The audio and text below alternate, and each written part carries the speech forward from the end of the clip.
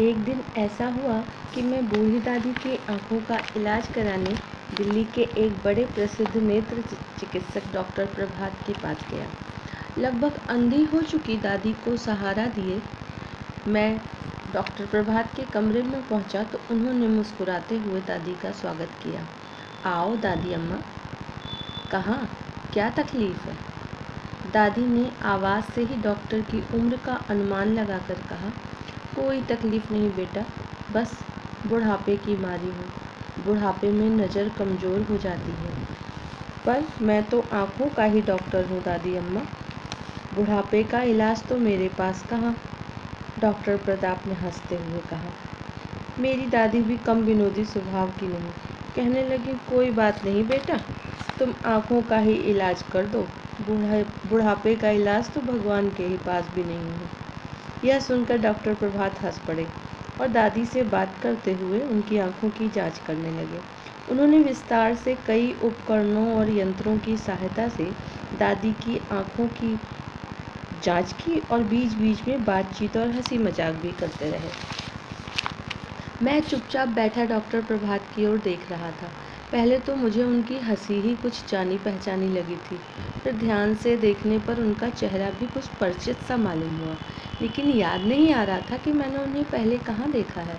आखिर जब उन्होंने दादी की आंखों की पूरी जांच कर ली तो मैंने पूछ ही लिया, आप कहाँ के रहने वाले हैं डॉक्टर साहब? इलाहाबाद का हूँ। क्यों? अरे हम भी इलाहाबाद के ही हैं, दादी मुझसे पहले ही बोल उठी। अच्छा, बड़ी खुशी हुई।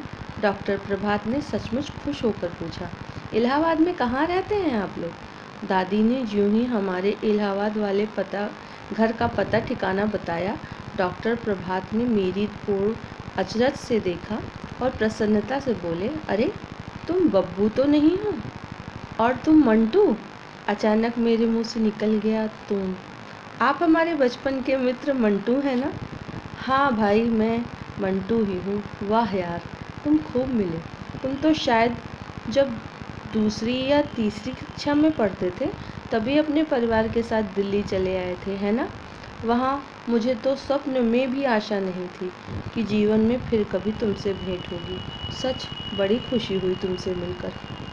मुझे भी, मैंने अत्यंत प्रसन्न होकर कहा। तभी डॉक्टर प्रभात ने दादी का चेहरा ध्यान से देखा और अचानक उनकी मुस्कान लुप्त हो गई। चेहरा किसी दुखदाई स्मृति से काला हो गया।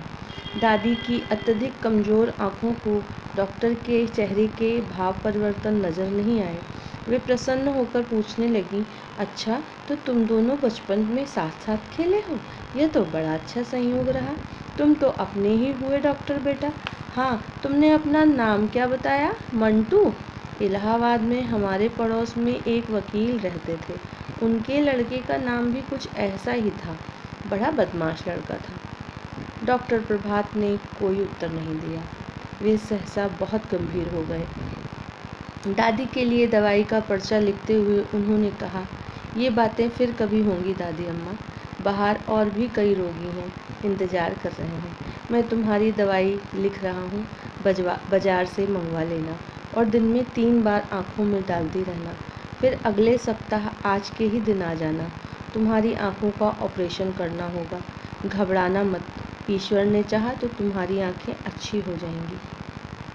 बाहर आते ही दादी ने मुझसे पूछा, यह उसी वकील का बेटा मंटुआ था ना?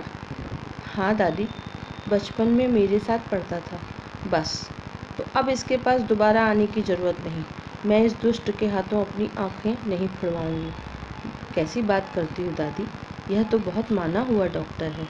अब तो अपनी जान पहचान का भी निकल आया है, उसे दुष्ट क्यों कह रही हो? तुम भूल गए इसने वहाँ इलाहाबाद में क्या किया था? क्या किया था? अरे तुझे याद नहीं? इसने मोहल्ले में कुतिया के 3 पल्लों की आँख के दूध के पौधों को उसके आँखों में डालकर फोड़ दी थी। तूने ही तो यह बात हम लोगों को बताई थी। उनमें से एक अंधा पिल्ला तूने जिद करके पाला था, यह भी तुझे याद नहीं? मैं सचमुच ही सब कुछ भूला हुआ था, लेकिन दादी के याद दिलाने पर एक धुंधली सी स्मृति उभरी और ज्यों ही मैंने दिमाग पर थोड़ा जोर दिया बचपन की वह दुखद स्मृति सहसा कल की घटना के रूप में मेरी आंखों के आगे आ गई।